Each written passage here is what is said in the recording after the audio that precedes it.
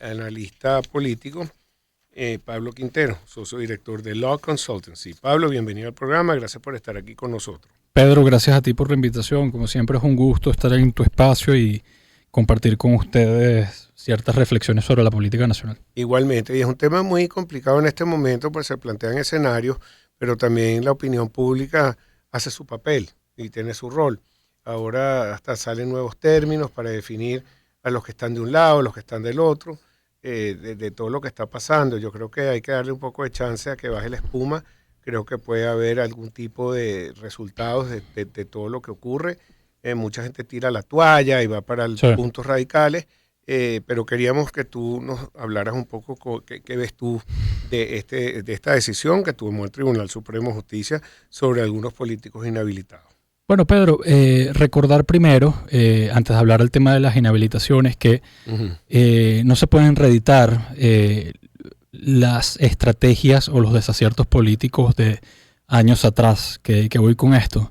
La oposición, y voy a hablar en primer lugar de la oposición y luego del oficialismo, porque a veces mucha gente dice, bueno, pero es que el análisis no solamente se debe hacer, o las correcciones no se deben hacer en la oposición, también vamos a hablar del oficialismo, pero en el caso de la oposición no puede caer en la dependencia, en la nueva dependencia exclusiva de lo que es la política exterior norteamericana y lo que es el presidente de turno. Ya eso lo vivió la oposición venezolana con Biden, ya eso lo vivió con Trump, específicamente con Trump, pero desafortunadamente parece que se está generando ese escenario donde nuevamente se le pide a la comunidad internacional que prácticamente resuelva el conflicto de la inhabilitación, cuando en realidad las realidades políticas en suelo venezolano dependen mucho más de los esfuerzos que hagan los políticos venezolanos y la capacidad de negociación que pueda hacer en este caso la plataforma unitaria. Considero que el panorama está bastante gris, oscuro. Yo rechazo las profecías políticas, rechazo la construcción de profecías de aquí a 2-3 meses. Mira, lo que sí te puedo decir es que la variable que pudiese detonar un mayor conflicto en Venezuela se llaman sanciones, se llama economía. Considero que es innecesario aplicar nuevamente sanciones en Venezuela, porque en el fondo eso no va a conducir a que se den las condiciones mínimas para una elección transición. ¿Qué quiero decir con esto? Aquellos políticos que quieran un cambio de gobierno tienen que evaluarlos en términos de una transición. Si no se evalúa la transición política como un cambio entre el viejo orden y el nuevo orden, con la cohabitación, como debe ser y es natural, entre actores políticos del oficialismo y de la oposición, entonces estamos pensando que, mira, el oficialismo va a desaparecer, y eso es mentira. Llega María Corina Machado, Enrique Capriles, Manuel Rosales, cualquier político opositor en este país llega a la presidencia de la República, tiene que lidiar con diversos temas. ¿Cuáles son esos temas? La Fuerza Armada, la estabilidad y la gobernabilidad que te tiene que generar a ti la Asamblea Nacional, el respaldo, como lo acabo de mencionar, del cuerpo de la Fuerza Armada, de todos los componentes de la Fuerza Armada, reconocimiento, por supuesto, internacional, y lograr cierto tipo de diálogo y de estabilidad con todos los sectores económicos, políticos, social, cultural, etc. Entonces, yo creo que la oposición está reeditando hasta el día de hoy. Ojalá exista un profundo diálogo estratégico más articulado con todos los sectores, donde, mira, se aparten un poco de la dependencia de la política exterior norteamericana, de las declaraciones de John Kirby, de lo que salga de la boca de los portavoces norteamericanos, y trabajen más en terreno local para construir una fuerza de movilización y de organización lo suficientemente grande para dar la batalla en unas elecciones. Ahora, vamos con el gobierno nacional.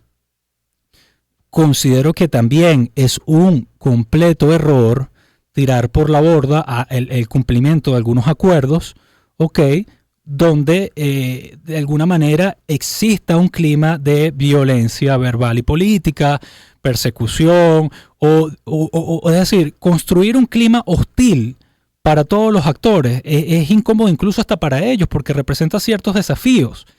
Y lo otro es, Pedro, que para llegar a una elección competitiva, transparente, democrática en el 2024, el gobierno tiene que pasar la página con escenarios de confrontación permanente con la oposición. Yo creo que el gobierno lo mejor que puede hacer para producirle más utilidad a la política es, uno, utilizar la furia bolivariana para solucionar los servicios públicos, ¿okay? Toda esa furia que existe en arreglar el tema de la luz, en arreglar el tema del agua, en procurar debatir seriamente qué pasa con el salario. Sabemos perfectamente que es una decisión compleja, difícil, tomar decisiones sobre lo económico, además en un escenario tan volátil y tan complicado como es el tema de los recursos financieros para el país, en un país sancionado, que de eso vamos a hablar ahorita, pero el gobierno tiene que utilizar sus energías para reconquistar su base política electoral y también tratar de alguna manera, cónchale, de buscar los mecanismos diplomáticos y políticos para reinsertar a Venezuela en los mercados internacionales y evitar de alguna manera ser visto como un país incómodo, con muchísima incertidumbre para los que quieran invertir en Venezuela. ¿Por qué digo esto? Porque si regresan las sanciones a Venezuela, evidentemente va a ser muy difícil para la Unión Europea, para países de la región, meter dinero aquí en nuestro país. Eso por un lado. Pero por el otro lado, volvemos a lo mismo. Evidentemente podemos percibir escenarios de desabastecimiento, escasez, incidencia negativa en el bolsillo, la plata que le entra al venezolano. No estamos diciendo que las sanciones son la causa de todos los problemas económicos del país, son una consecuencia. Pero la crítica, la reflexión que deben tener los políticos es que las sanciones, las 930 sanciones, que por cierto somos el tercer país del mundo más sancionado. Está Rusia, está Irán y después está Venezuela. Ni siquiera China, está Venezuela. Las sanciones constituyen... Cuba. Ni Cuba. Fíjate tú, ni Cuba. Ojo con eso. Las sanciones constituyen de alguna manera un mecanismo de presión insuficiente porque termina siendo contraproducente, ya que las sanciones, en el momento de su aplicación, más allá de las consecuencias negativas que generan en el empresariado venezolano, etcétera, etcétera, las sanciones les permiten al gobierno de turno utilizarlo como relato, narrativa de justificación para decir, mira, se fue la luz, no hay agua, es por culpa de las sanciones. No hay esto, no hay lo otro, es por culpa de las sanciones. Entonces, y lo otro es que terminas atrincherando a lo que llaman élite gobernante al final. Tanta amenaza, tanto esto, mira, hay que también, la política venezolana, Pedro, hay que recordarla, es como una película que va muy rápido, a una velocidad de 5 o 10x. Pero es como el día del Groundhound Day, el día del castor ese que se repite todos los... Sí, y levantas un día, estamos en 2018. Pedro, tanto nadar para morir en la orilla. Ojalá que no lleguemos al escenario en la orilla, pero yo sí creo que no podemos reeditar. Por un lado, mira, violencia en las calles, eso no puede volver a pasar en Venezuela. Nadie está dispuesto el día de hoy a arriesgar el pellejo ni por una candidatura, ni por un proyecto político. Esa es la realidad. El venezolano le ha dado la espalda tanto a la oposición como al gobierno.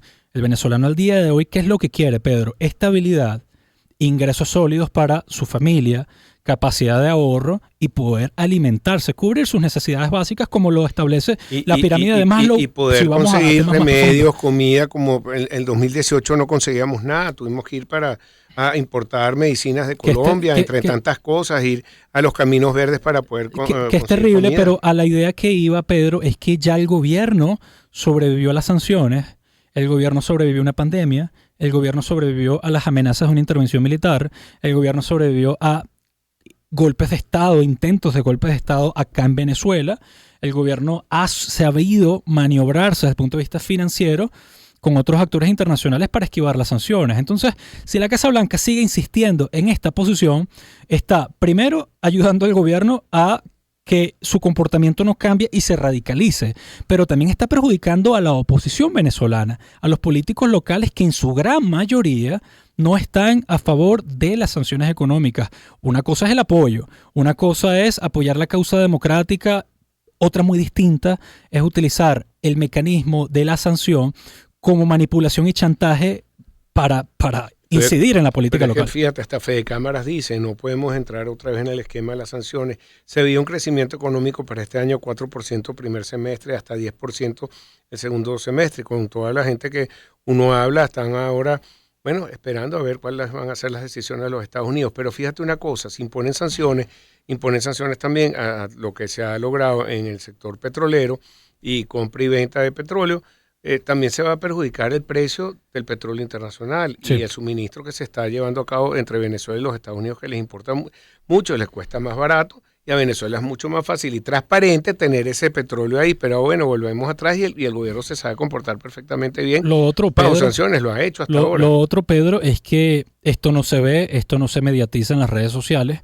pero el gobierno venezolano, Miraflores, está conversando desde hace rato con la Casa Blanca. La interlocución ya es directa, hay confianza, hay de alguna manera ciertos tipos, o sea, hay algunos acuerdos que no son públicos, incluso desde el punto de vista económico. Ahora bien, ¿le conviene a la oposición aislar a Venezuela nuevamente de los mercados internacionales? ¿Le conviene a la oposición regresar al esquema sancionatorio agresivo que al final lo que termina generando frustración en la gente? Sobre todo en la población, los que viven en Venezuela. Pedro, y en un año electoral, donde tú necesitas, desde el punto de vista de movilización, la gente medianamente contenta, alegre, feliz, para que por lo menos piense en política y te apoye en las calles. Pero fíjate, hace poco, Pedro, estaba revisando las redes sociales y me encontré con un video que yo invito a las personas para que vean que el tema de las sanciones no es nada nuevo y que el rechazo de las sanciones no viene solamente por parte del gobierno. Vi un video del expresidente Rafael Caldera donde decía, de 25 segundos, los pueden buscar en YouTube, donde él manifestaba su rechazo absoluto a las sanciones, a aquellos políticos que pedían sanciones en contra de su país.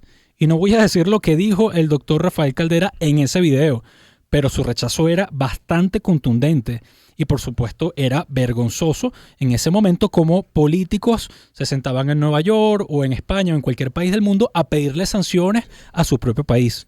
Mira, tengo que hacer una pausa. Estamos con Pablo Quintero. Te voy a poner una pregunta complicada, pues, o difícil, pero la puedes manejar. ¿Cuáles son las opciones ahora para la candidata María Corina Machado? Yo creo que tiene opciones, tiene escenarios. Estaban planteados desde antes. Sí. Hemos hablado. Yo creo que todavía están ahí. Pero vamos a ver qué pasa. Así es. 5:48, vamos a escuchar el tema de Lady Gaga con Million Reasons. Empezamos el año en su compañía. Circuito Éxitos. Caracas, Maracay, Puerto La Cruz, Puerto Ordaz, Barquisimeto, El Vigía, Guarenas, Guatire, Mérida, Táchira, Margarita, Maracaibo, Maturín. Circuito Éxitos. Melodías de siempre. Sonidos en primera fila.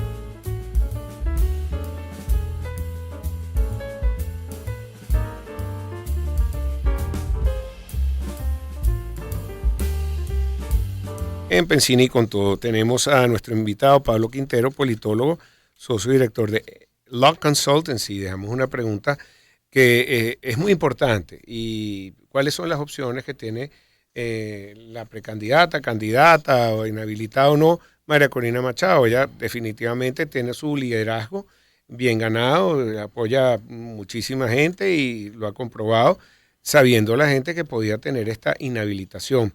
Ella tiene algunos escenarios que todavía puede tratar de lograr, pero ¿cuáles serían esos escenarios, Pablo? Bueno, fíjate, lo acabas de mencionar, María Corina Machado, y no se puede negar, Pedro, tiene respaldo popular de un sector de la población venezolana. En las primarias hay un número que salió, se habla del 93-94% de resultados de apoyo en esa competición, en esas primarias.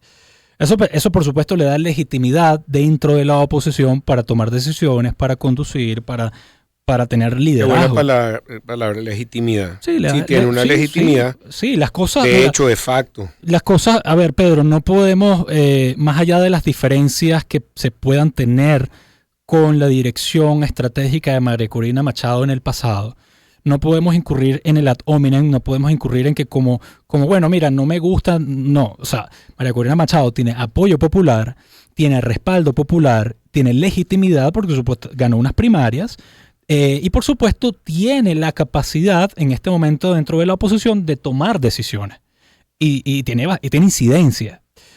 Nadie cuestiona eso. El asunto de todo esto cuando hablamos de las opciones es qué pasa si llegamos al mes de octubre, al mes de noviembre, cuando sean las elecciones, y hasta ese momento la presión internacional de la comunidad... Quizás antes. Ojalá. Bueno, ojalá. Septiembre. Bueno, pero cuando sea.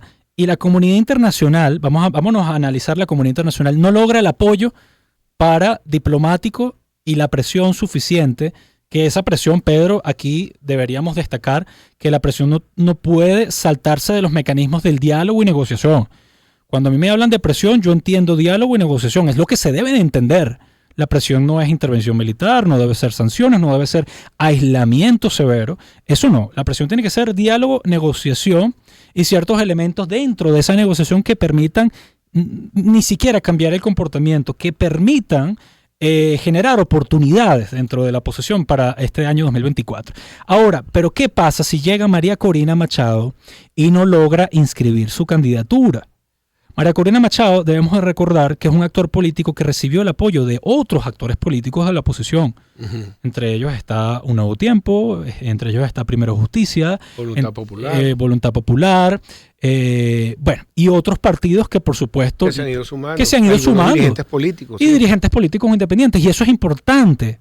Pero ¿qué pasa si esa coalición de partidos llegan hasta el mes de octubre, hipotéticamente son las elecciones, y mira, no podemos avanzar porque tampoco tenemos la capacidad logística de movilizar al país a las calles para generar presión, porque la realidad es que la gente al día de hoy no está dispuesta a eso, Pedro. O sea, el capital social no está dispuesto a salir a la calle a pegar 4 gritos, a hacer plantones, a hacer manifestaciones para inscribir una candidatura. Eso no está planteado. Entonces, si se insiste por la vía electoral y no puedes, debes conversar con tus aliados políticos para, ceder una opción, no dejar al país sin alternativa dentro del voto. Sí. Eso es una cosa. Disculpa, Pedro. Sí. Y lo otro es que, y esto es una crítica, pero con sentido reflexivo. A ver, no se le puede seguir hablando al venezolano en términos de palabras chéveres, eslogans. Ese paquete discursivo 2019-2014 ya no funciona, ya no moviliza, cansa a la gente. Aquí se tienen que hablar de realidades políticas un poco más, diríamos, más aterrizadas al contexto. Venezuela ya no cuenta, o en este caso la oposición no cuenta con el apoyo de la comunidad internacional como lo tenía en el 2019. María Corina necesita de alguna manera hacer una profunda autocrítica respecto a qué pasaría si no llego al final. Ok, se habla de que no puede haber un plan B ni un plan C porque ella es la elegida, como dicen algunos. Ajá, pero la realidad política pasa por encima de los 93%, pasa por encima de cualquier posibilidad que tú tengas acá en Venezuela de ir por tu cuenta, porque ella el 23 de enero dijo en un meeting que no van a haber elecciones sin mí. Y eso hay que verlo. Vamos a sentarnos ese día, cuando lleguen las elecciones, vamos a revisar si eso no va a pasar. El gobierno va a ir a elecciones con habilitados, con inhabilitados, con sanciones y sin sanciones.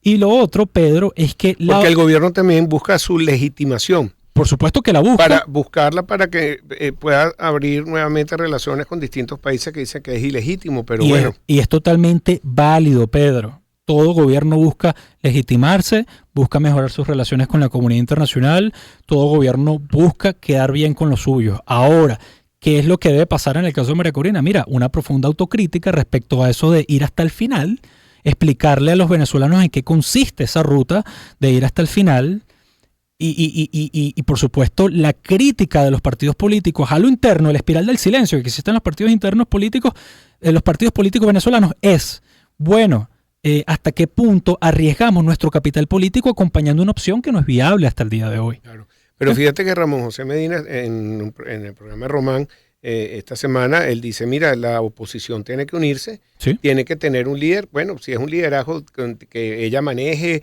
apoye, lo que sea, pero no se puede descuidar eso, no podemos caer otra vez en la no vayan a votar, abandonen los espacios. Pero fíjate tú, Pedro, la oposición, los líderes no se hacen de un día para otro por un tema electoral.